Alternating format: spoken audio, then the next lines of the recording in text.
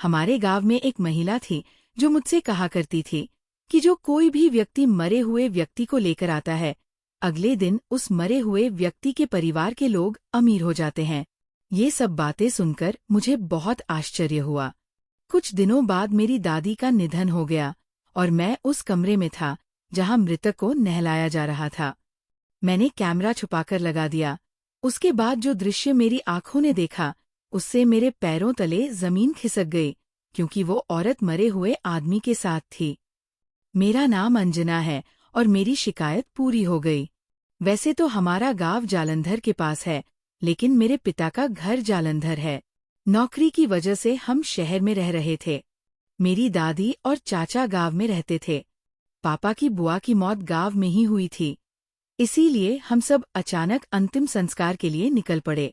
वैसे तो गांव जाना हमारी स्वाभाविक पसंद नहीं थी, लेकिन इस बहाने दादी भी गांव चली गई।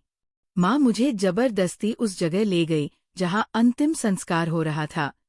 वहां सभी लोग, सभी रिश्तेदार एक व्यक्ति के आने का इंतजार कर रहे थे, यानी उस गांव की मृतक को नहलाने वाली महिला गीता।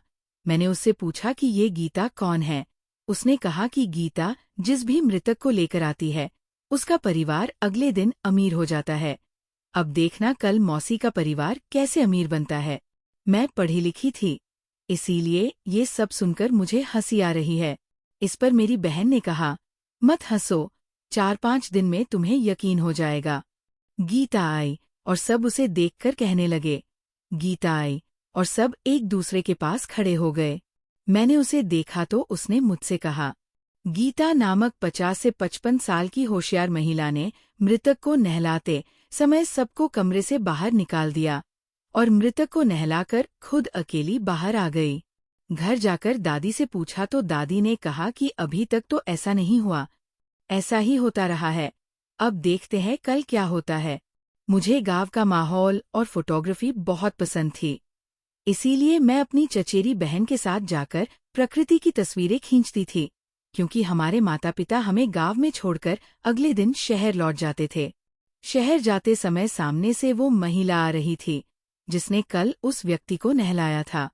मैंने अपनी बहन से पूछा कि वो कहाँ जा रही है, तो उसने बताया कि वो कहाँ जाती है, क्या करती है, कोई नहीं जानता, लेकिन गांव में कोई जानता है।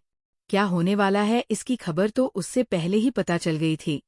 अभी 1 सप्ताह ही बीता था और मेरी बहन ने जो बहुत सी बातें कही थी, उससे साबित हो गया था कि पिताजी की मौसी के घर के लोग अमीर हो गए हैं। ये बात रात से ही होने लगी थी और इतना पैसा कहाँ से आया ये किसी को पता नहीं था। यकीन ही नहीं हो रहा था, ऐसे किसी को पैसा नहीं मिलता। जरूर कुछ न कुछ ऐसा होगा जो लोग बताना नहीं चाहते। कहते हैं अगर हमने बता दिया तो हमारा सारा पैसा चला जाएगा। उधर गीता भी काफी दिनों से दिखाई नहीं दे रही थी। एक दिन सुबह सुबह मैं फोटो खींच रहा था कि अचानक एक महिला अपना चेहरा छिपाए हुए गुजर रही थी। ध्यान से देखने पर पता चला कि ये गीता थी। मेरी बहन ने कहा, आज गांव में जरूर किसी की मौत होने वाली है। उसकी बात सुनकर मुझे बहुत आश्चर्य हुआ और मैंने उससे पूछा कि तुम्हें कैसे पता। इस पर उन्होंने कहा कि गीता को पहले से ही पता है और खबर उन तक पहुंचने से पहले ही वह मृतक को नहलाने आ जाते हैं। वह कहती है, ऐसा कैसे हो सकता है, कोई पहले से कैसे जान सकता है कि कौन मरने वाला है। मेरी बहन ने सही कहा था। कुछ ही देर में गांव में खबर फैल गई कि सुनीता देवी, जो लंबे समय से अस्पताल में भर्ती थीं, उनकी मौत हो गई है। उसके निधन की खबर सुनकर मैं स्तब्ध रह गया कि ऐसा कैसे हो सकता है, लेकिन सब कुछ मेरी आंखों के सामने हो रहा था। मुझे इस तरह आश्चर्य में देखकर मेरी दादी कहने लगी कि गीता एक ईमानदार महिला है और उस पर शक करना एक गलती थी। ऐसा मत करो, उसके सपने हमेशा पूरे होते हैं। मुझे समझ में नहीं आ रहा था कि मैं दादी को कैसे समझाऊं कि आप लोग बहुत सरल और मासूम हैं, आप किसी पर भी तुरंत भरोसा कर लेते हैं। हम सब सुनीता देवी के घर पहुंचे और उनकी बेटी जो को देखा। वो शहर में रहती थी और कह रही थी कि हम अपनी माँ का अंतिम स्नान करेंगे। उसके ऐसा बोलने से गीत के चेहरे पर डर साफ दिखाई दे रहा था। कुछ महिलाओं ने उसे समझाया कि हमारे गांव में गीता ही मृतक को नहलाती है और उसने ही नहलाया है। वह नहा चुकी है। उसके परिवार के लोग अमीर हो जाते हैं। बड़ी मुश्किल से वह इस बात के लिए राजी हुई। पिछली बार की तरह गीता ने भी कमरे को अंदर से बंद कर लिया। आखिर वो ऐसा क्या करती है कि मृतक के परिवार के लोग अमीर हो जाते हैं? यही सवाल है। मुझे फिर से परेशान किया जा रहा था और मुझे इसकी तह तक जाना था। गीता जब गांव से गायब हुई तो किसी को पता नहीं चला कि वो कहाँ गई और कहाँ से आई। हाँ, मुझे सिर्फ इतना पता था कि वो पड़ोस के गांव में रहती है और हमारे गांव के सभी बुजुर्गों की नज़र में वो एक ईमानदार महिला थी जो बिना एक पैसा लिए मुर्दे को नहलाती है और उसकी वजह से उस परिवार के मुर्दे अमीर बन जाते हैं। मुझे यकीन नहीं हुआ पर दोनों बार मैंने सब कुछ अपनी आंखों से देखा था। सुनीता देवी की मौत के 3 हफ्ते बाद ही उनके घरवालों को 2 रुपए का चेक मिला। उनके दरवाजे पर 5 लाख रुपए पड़े थे।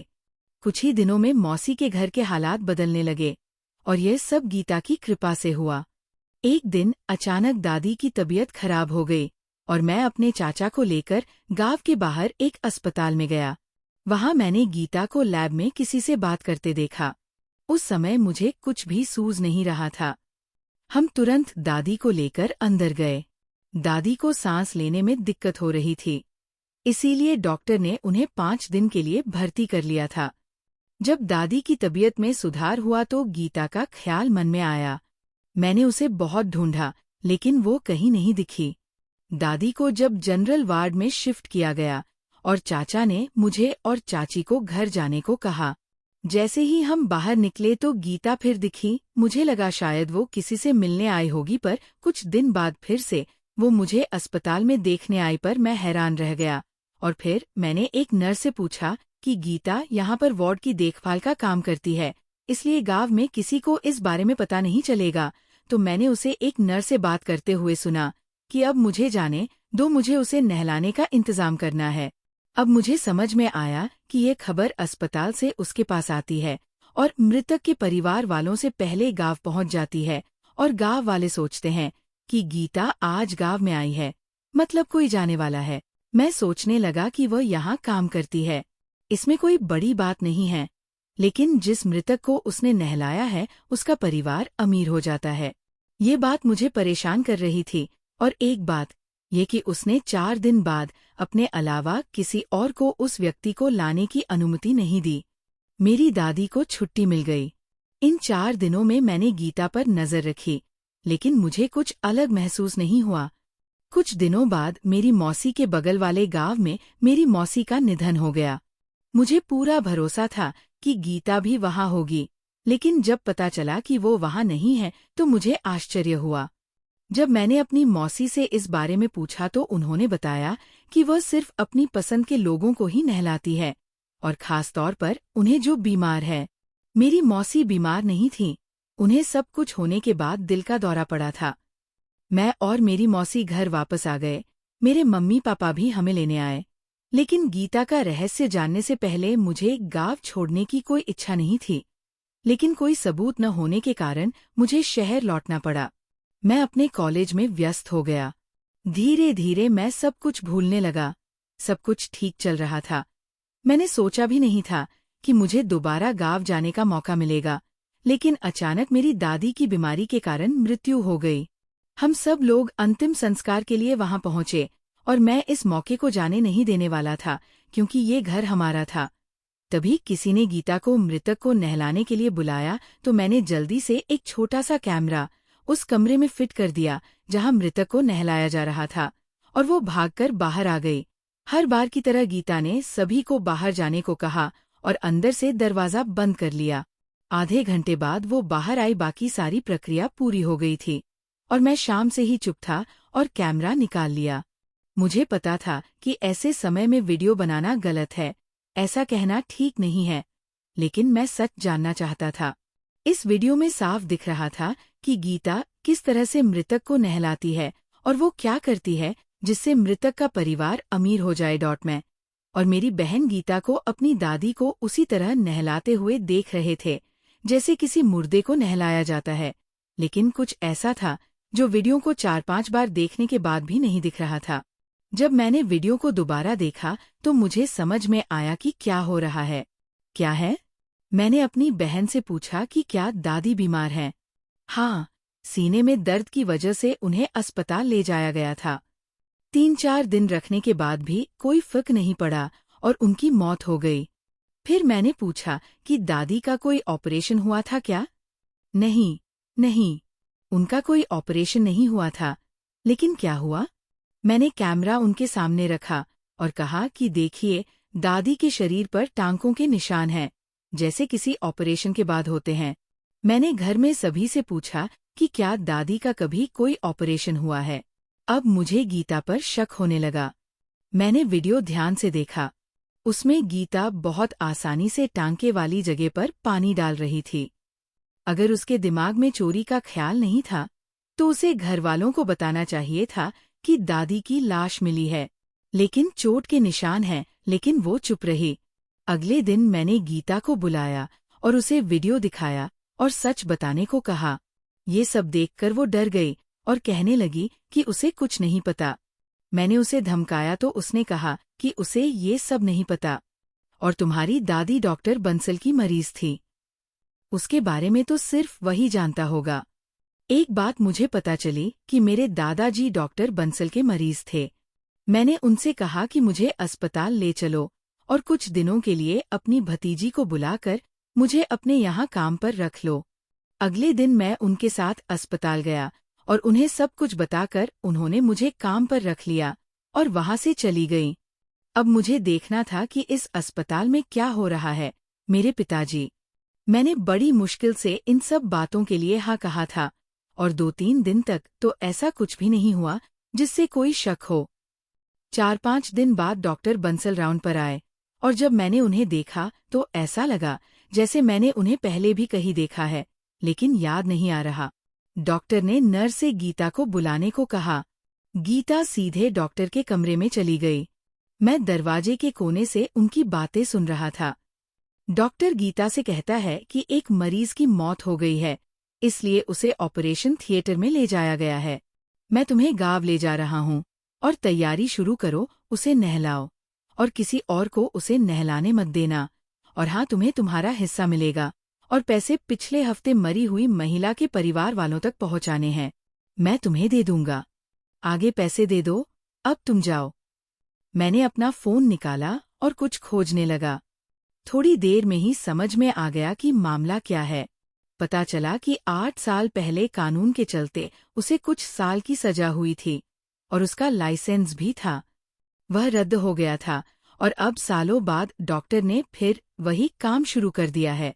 दरअसल डॉक्टर मृत व्यक्ति के शरीर के अंगों को निकालकर ऊंचे दामों पर बेचता था और गीता को सिर्फ महिला को नहलाने के लिए कहता था ताकि कोई परेशानी न हो।